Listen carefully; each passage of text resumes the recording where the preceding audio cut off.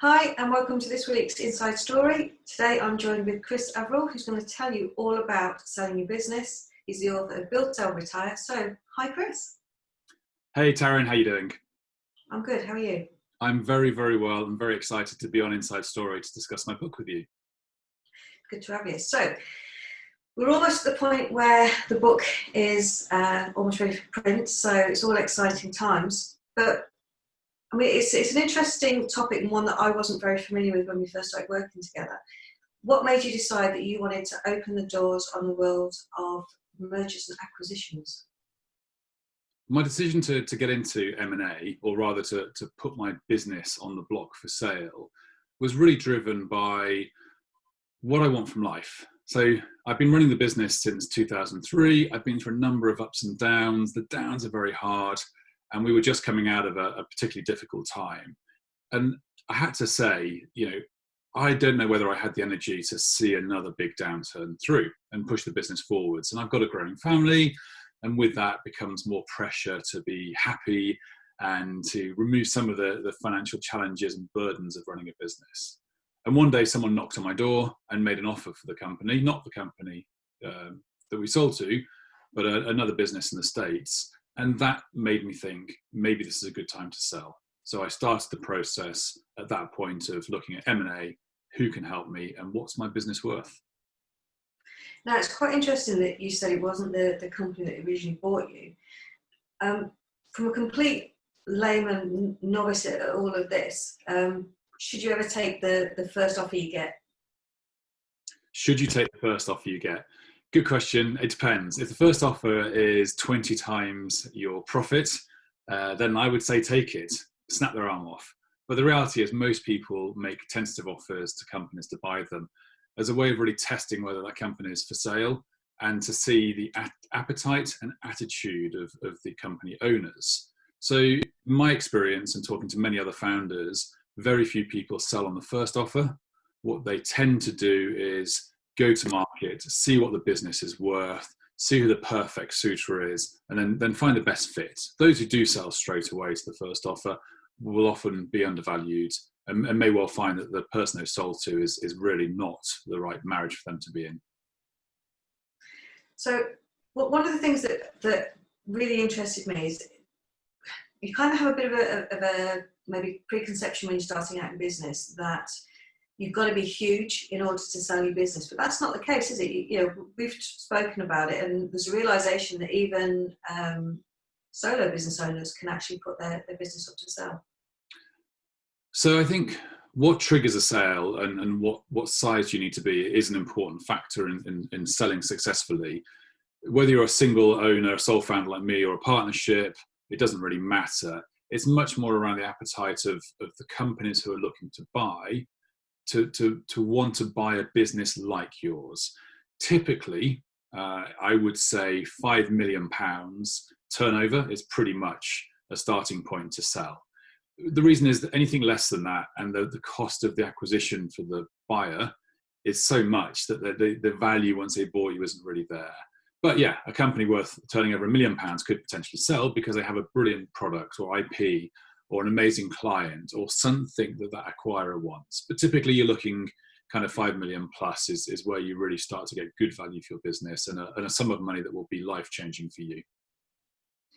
So there's a lot of different reasons for selling your business. For you said it was about wanting your freedom. Would you say that that's where you are now?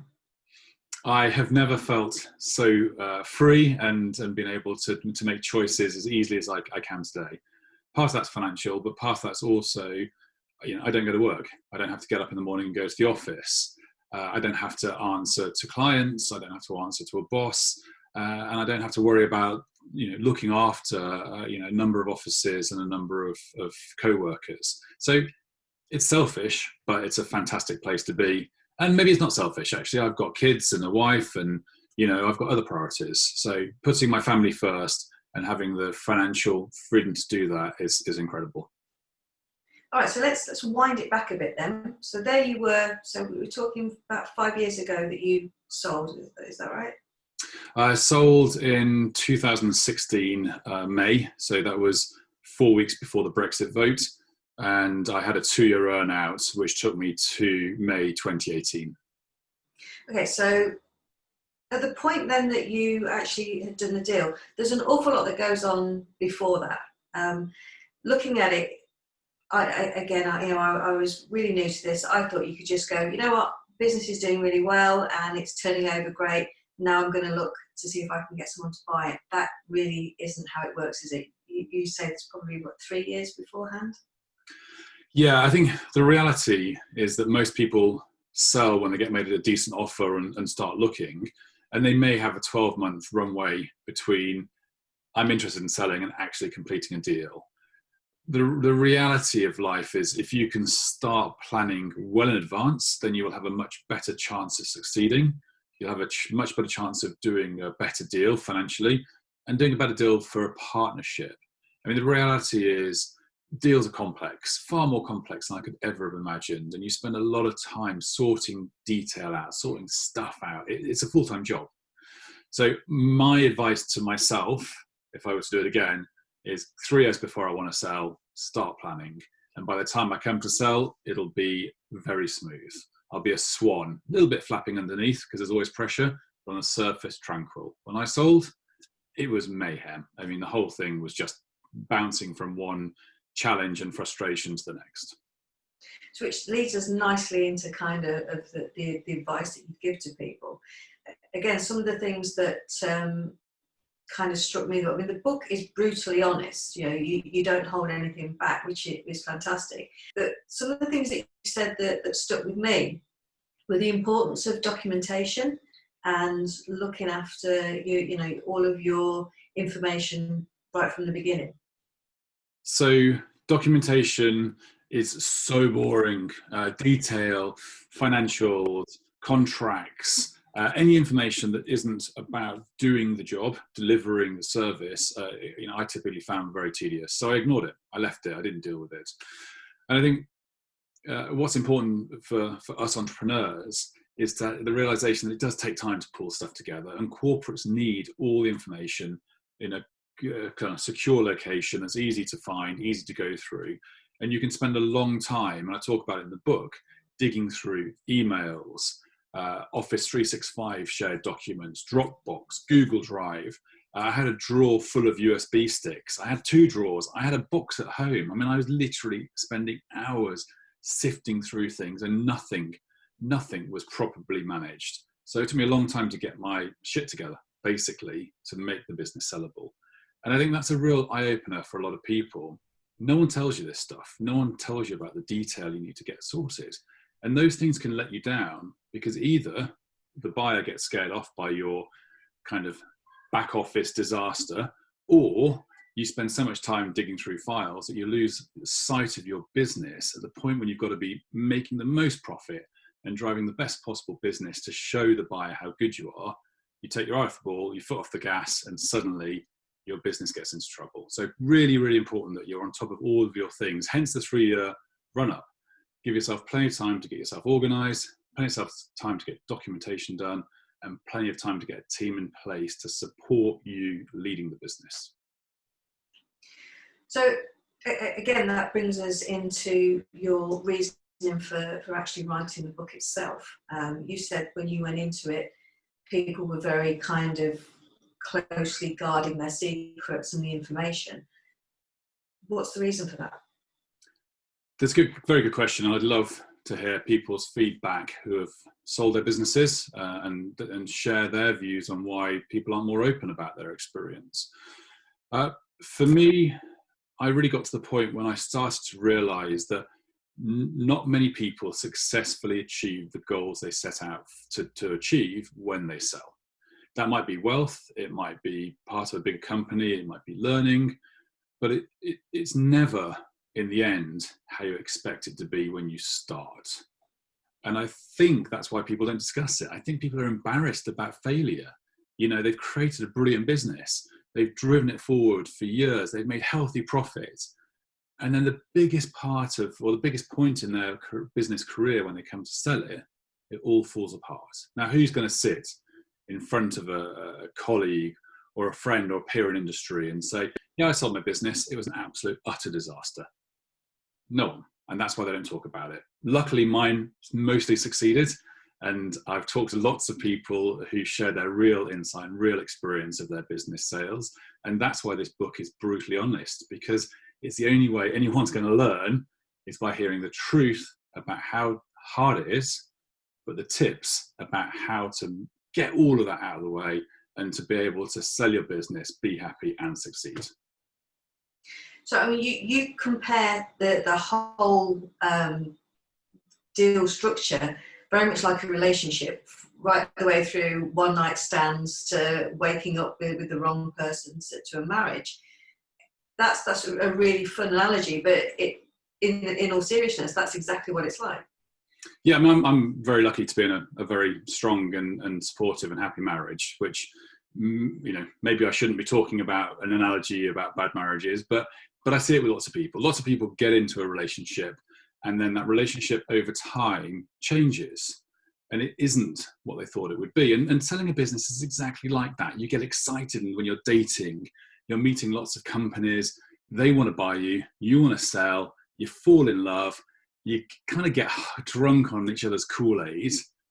And then as the deal actually goes through, very quickly the reality dawns on you that you've ended up in someone's house with whom you didn't realize quite what they look like when you take your rose-tinted glasses off, didn't realize quite how brutal they are. And then they get bored of you very quickly and they move on to their next speed date. And then you've got to share a bed with another person. I mean, that is tough. So this is the reality of selling. It is like getting into a relationship because it's exactly what it is. And if you don't pick the right suitor, then you're going to have to live with that person for quite a while and it could be quite painful. So it's a risk, a big risk. But then we talk about in the book about entrepreneurs being risk takers anyway. Do you think that if you're not a risk taker, you won't get through this sort of process unscathed, or in fact you won't go through it at all? Oh, cool. This is a really interesting and challenging part of what I've written about and part of being who I am and the audience who are no doubt watching this.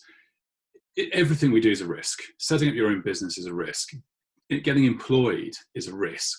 You know, I always used to say to people when I set my company up, people would say, you know, what happens if it fails? And my response is, well, what happens if you get sacked? It's the same thing. We both have no jobs. So everything we do in work is a risk. Running a business is slightly more risky because you're often putting your own finances at stake to fund your company. But the reward is huge if you get it right, both personally, you know, from doing my job, enjoying it, succeeding, feeling proud is massive. And the financial upside can also be very, very big.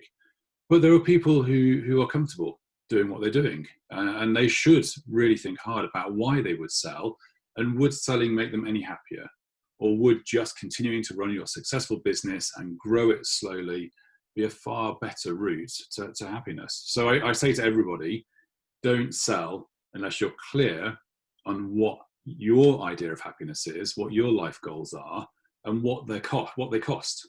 And once you know that, you can decide to keep growing or you can sell. So when you've talked to quite a lot of founders putting this together, how many of them have actually gone back and started other businesses once they've sold? Most, 95% of people who sell, this is from my own experience, will go back into doing something similar that they've done before, either because they've learned from what they've just done and now can see a way of growing a new business quicker and exiting it and making an even better profit from it, or they've sold their business and come to the realization that I didn't want to sell it. I don't want to retire. I don't want to sit around playing golf or bridge or, taking long walks in the park. I want to be working. It's the going to work. It's the solving problems. It's the coming up with ideas. It's the being the kingpin of an organization that keeps me going. So I think that's a challenge a lot of people face is when they do sell and they haven't worked out what it is they want from life, they have no choice but to go back into what they were doing. Not necessarily a bad thing, but why would you sell if you're going to go back and do it again? Unless, as some people do, they have a real clear plan of what's next, how to make an even bigger business, and this is what drives me, setting up, growing and selling companies. For me, I like sailing, flying, hanging out with the family, and I have no rush to go back into what I was doing before.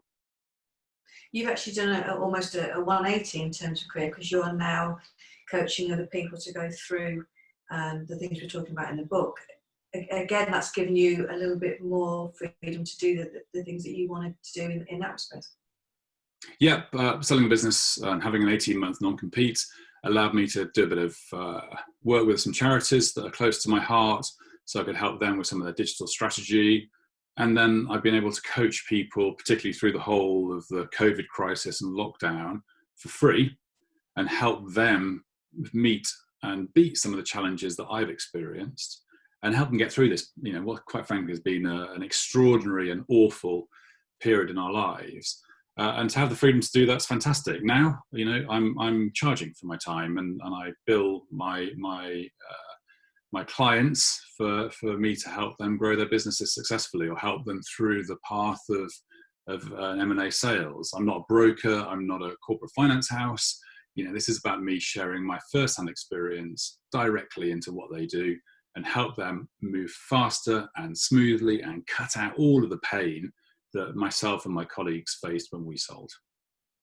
Because one of the things you said was that you sort of were going through the earnout, and again, this surprised me, was that you fully expected to stay with the company, the acquiring company that purchased you, and had a bit of a wake up for yourself into how that wasn't going to work and why that didn't fit for you, but you hadn't planned ahead for what you wanted to do next. And that's one of the things that you say very, very strongly in the book, is having that plan, the next plan, as you put it. Yeah, the next plan. So I think it's a critical lesson for me. Was I wanted to sell for a number of reasons, which I've touched on, but to make some money, get some equity out of the company, to take the risk away from having to go through downturns and fund the business personally. I wanted to learn. I had a great business, but I wasn't learning a lot about management and leadership. And I thought if I sold, then I could join a much bigger organization, and I could start to learn a lot more about how to run global corporations. Could I make a good board member? Could I make a good CEO of a large corporate? That wasn't really a plan. That was kind of me just filling in a blank with the first thing that came to my mind, saying the right thing so I felt better when I told other people this is why I've sold. What I didn't have is an actual plan of what I really wanted to do. So when I sold and I started working for the corporate, I hated it. It was just not me. I don't want to be told what to do by people.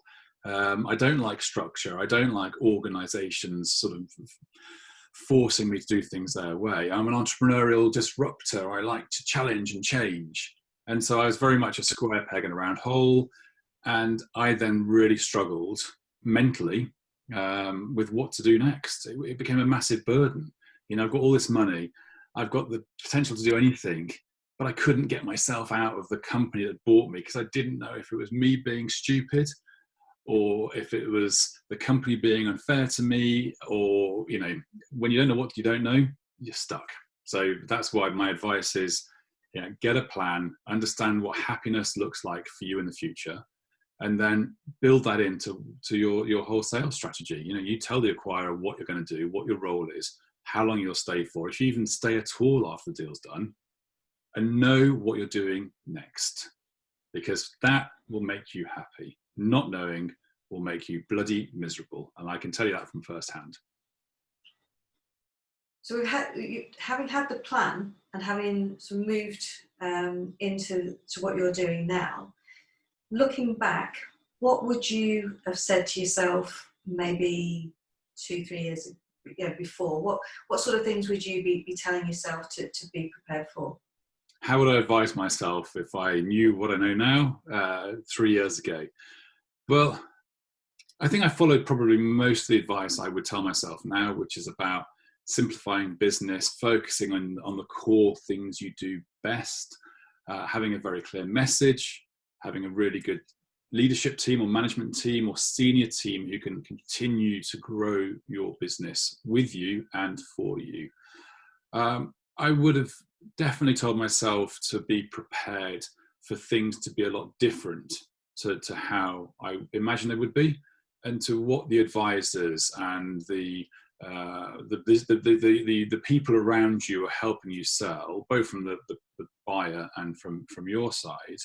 You know, everyone is telling you a positive story, because you wouldn't sell if you knew the truth. Not that that should put you off, but the truth is tough. The truth is hard. The outcomes are rarely what you expect them to be, and it's a much harder slog than I ever expected. So I think, you know, to myself 3 years ago, I would say plan, prepare, and then be ready to adapt and change. But never forget, you own this decision. You've decided to sell. You're making the most profit from it.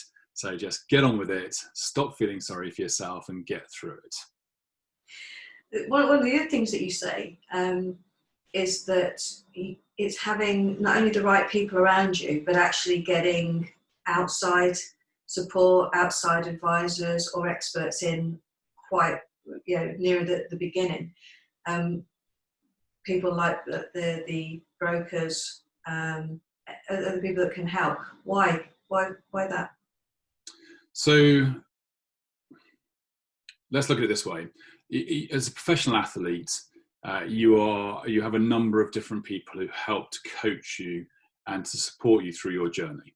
Yeah, you're a brilliantly gifted athlete or sports person, but there's so much more for you to do technique-wise, mentally, organizationally, and those coaches are also there to represent you. You know, you might have a person who represents you for your sponsorship, for your fees, for all those things. And as entrepreneurial business owners, we tend to think we can do everything because we always do everything. So some people choose not to get support. They don't get coaches or mentors. They don't get someone to help them with the M&A process because they want to learn to do it. They want to prove that they're kind of superheroes. But for me, I've been working with SI Partners, my corporate broker, for a long time. And they'd helped me improve my business, and they'd been very good friends to me, and they'd helped coach me a little bit. So when it came to sell, I went straight to them and I asked them to help me go to market. And I asked them to help manage the process so it wouldn't cause me too much distraction from my day-to-day business. There's nothing worse than trying to flog your company whilst also trying to run your business, and you suddenly realize that you are more responsible for more parts of your business than you would ever admit to. And now you've got a double day job where you're also trying to sell it and manage meetings and interviews and due diligence processes, and it's just crazy. So for me, taking a broker, getting outside help, helped me double the value of my business. If I'd done it alone, I would have sold for a lot less. And that's just the simple black and white truth. It worked for me. It doesn't work for everyone. So I can't say it's a guaranteed way of doing better, but I would say the majority of people who self-sell fail to hit a valuation that's true for their business. Those who use an outside partnership to help them sell will achieve usually more than they ever expected. See, there's an interesting tie-in between, so one of the chapters in the book is about feeling a kind of imposter syndrome. And you sort of touched on very lightly there, is that if you go into this trying to sell it yourself, we never fully value properly what we're worth, what we hold. And I think some of that perhaps comes from that imposter side of things. So, you know, one of the things you've said is if you go into selling it yourself, you may well end up not making as much as the company's worth, perhaps because you're a little more vulnerable in your negotiations or in your attitude towards selling. Do you think that's the case? It's 100% the case. We are not knowledgeable in the ways of M&A. You know, when you first time you've done it, you don't know how hard to push. You don't know what your business is worth. Some people overvalue, most people undervalue. And it really helps when someone has a formula that they can apply to your company that matches the formula of the acquirers. You know, this isn't something people just make up. This happens day in, day out with thousands of companies buying thousands of other companies. I met a guy a couple of days ago at the airfield, and he sold his company or sold businesses 3 times. He makes games, you know, all sorts of video games. And he said the first 2 sales were complete failures because he was too humble. He didn't want to upset the acquirers. He didn't want to upset the people who work with him. He gave away far more of the value of his company to keep everyone happy than he should have. It was only the 3rd time, when he'd been through the process twice, that he stood up for himself, and he pushed his end of the bargain much harder, and he put his terms of what he wants out of it. And he's still there. I think 4 or 5 years later, still looking after the sales of the electronic games business and loving it. But that's because he was clear on what he wanted. He'd had the experience twice before, really failed twice, and was able to nail it a 3rd time. So my advice is, don't fail, learn from others, take that into your first sale, get support, and you'll do brilliantly. Because that's one of the things you say, is it, and I know this for myself, you put very clearly, it's very lonely when you are a sole founder. You haven't got anyone to bounce ideas off. And you kind of get trapped into a little world where you're seeing everybody else apparently having massive success, and you're having to try and keep up with that appearance. So that whole not having anyone to talk to about what you're going through, not having, as you said, no one's telling you the truth about what was going on as well, it all kind of mixes together into this whole pot of, I don't know what I'm doing, I don't know what I'm supposed to say, and no one wants to help me. So I think this book will will definitely open it out a lot more, so that people could see it's okay to say, as you did, actually, you know what, things aren't great at the minute, I could do with some advice or some help, and then suddenly people will open up and talk to you. And I think this book should probably do a lot more of that. Yeah, it's very lonely at the top. And, as a sole founder, there are unique challenges. And as a partnership, equally they have unique challenges. But I think the reality is, as business founders and business owners, we find it hard to talk to anybody. I talk to my wife about stuff, but I would never want to admit how bad things were, or I rarely admitted how bad things were. I could never tell my senior team how much I was suffering, because I expected them to look up to me as an unflappable leader. You'd never tell people in the industry how bad it is, because you don't want to look like they're going to come and poach your staff and take your clients. And you can never tell clients you're struggling, because you'd never win any work. So it does become lonely. It becomes quite challenging. The imposter syndrome you talked about is a reality that makes you doubt what you're doing and doubt whether you're capable of running this business. So, mentoring is a fantastic tool. I wish I'd had more mentors during my development growth period. Coaching is fantastic. I love my coach, and Tanya helped me break the burden of decision making and release me from my own self-imposed trap. And getting people in to help you understand how to get the most out of your company, like an SI Partners or equivalent, can only add to your knowledge, can only help you be a better deal maker. It can't detract from that deal making. You might not have the right relationship, so can it? If they're not working for you, fire them. Find someone you get on with, like a lawyer. Lawyers are kind of boring, and they're kind of necessary, but I love my lawyer. My lawyer was awesome. My lawyer said to me, this is all about drama. This is about putting you at the center of stage and making you feel like you're the key player in this whole deal process. And they did, and I loved it. Some of it was boring, but most of it was really interesting, learning how to negotiate, learning how to read legal contracts, learning what it really meant, learning what to push back on and what to accept. So all of my outside support, all of the people have helped me beat the challenges of being lonely at the top. I couldn't thank enough. And I did phone up pretty much everyone who helped me get to where I got to and said thank you once I sold.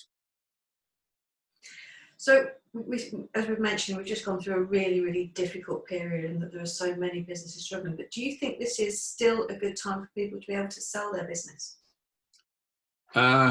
Is a downturn a good time to sell? I think there's never a bad time to sell. Firstly, I think the question is really asking, how do I get out of the downturn? And how do I get myself into a position to sell? So downturns create better business, and smaller businesses typically are able to adapt and adjust much faster than bigger businesses, and use a downturn to refocus. And a lot of people I mentor have refocused, changed shape, changed what they do, and they've come out the other side already much better. So as you start to grow out of a downturn, or you monopolize this period of change positively, then you look like a really interesting acquisition, because not only are you doing what I want as a buyer, you're also clear at what it is you're doing because you've streamlined and simplified, and you've bounced out of the world's biggest downturn in living history as a better business. I mean, what's not to love about that? So I think whilst people are struggling with the reality of clients, getting paid, the cost of offices, managing staff, having to get rid of staff who are on furlough, you know, in this awful situation, maintain that tomorrow will be better. And you will, if you want to, be able to sell your business by just following some of the steps in the book, you know, by making business simpler, focusing on what it is to be a great leader, and then driving your business forwards. Or calling me and I'll help you. Which I was just about to say. So if there are anybody out there that are looking to sell their business and they need some help and support, where can they find you, Chris? So if anyone who's watching this desperately needs some help, or moderately needs some help, or is interested in talking more about, you know, how I achieved what I did, having been through two big recessions myself, then obviously, you know, I'm on LinkedIn, and then contact me through LinkedIn and we can arrange how I can best help. Some of it will be a quick chat and a little bit of advice, because there might be easy problems to solve, and some of it might be looking more of a mentoring position and how to help through that process. And other options might be introduction into my network, whether that's through clients or through people or through others to help you through the situation you're in at the moment. Okay, so I'm a business owner. I've decided I want to sell. What are the key questions I need to ask and have answered? Excellent. Okay, so the two key questions that I think everyone should ask and answer, and one they can do themselves, the other one they may need some help for, is what is happiness to me? What makes me happy? What do I need to continue my life and my journey? Okay, for some people that might be buying a Ferrari, it might be building schools in third world countries, it might be saving the rhino. It doesn't matter. It might be sitting at home. But as long as you know what your kind of happiness goal is, think about being retired. What are you going to do in your retirement? Get that written down really simply, and then you know what you're aiming for, you know what your goals are, and you can work out what will that cost. So how much will happiness cost me? And that's the important first thing to really understand. Happiness might cost me 500 grand, it might cost me 100 million pounds, but at least you know what you're aiming for. And the second question, easily enough, is what's my business worth? And that's a really important question to answer early on, because if your business isn't worth enough to make you happy when you sell it, you shouldn't sell. Conversely, if you can make enough money out of continuing to run your business without selling it and step back from your day-to-day job, then you can be happy and still own your company. So once you have those two pieces in place, it's a lot easier to be able to then start to plan. I can sell the company in 2 years, 3 years, 5 years, 10 years, or I can grow my company to giving me this much profit, this much in dividends, this much in salary, and I can achieve my happiness goals by stepping back and allowing others to do the business for me.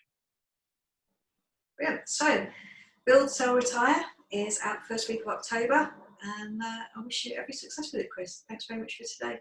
Thank you very much, Taryn, and I appreciate your help, and I look forward to really, I guess, answering some of the difficult questions that no one else ever told me, and busting the myths and helping you all succeed. Thank you.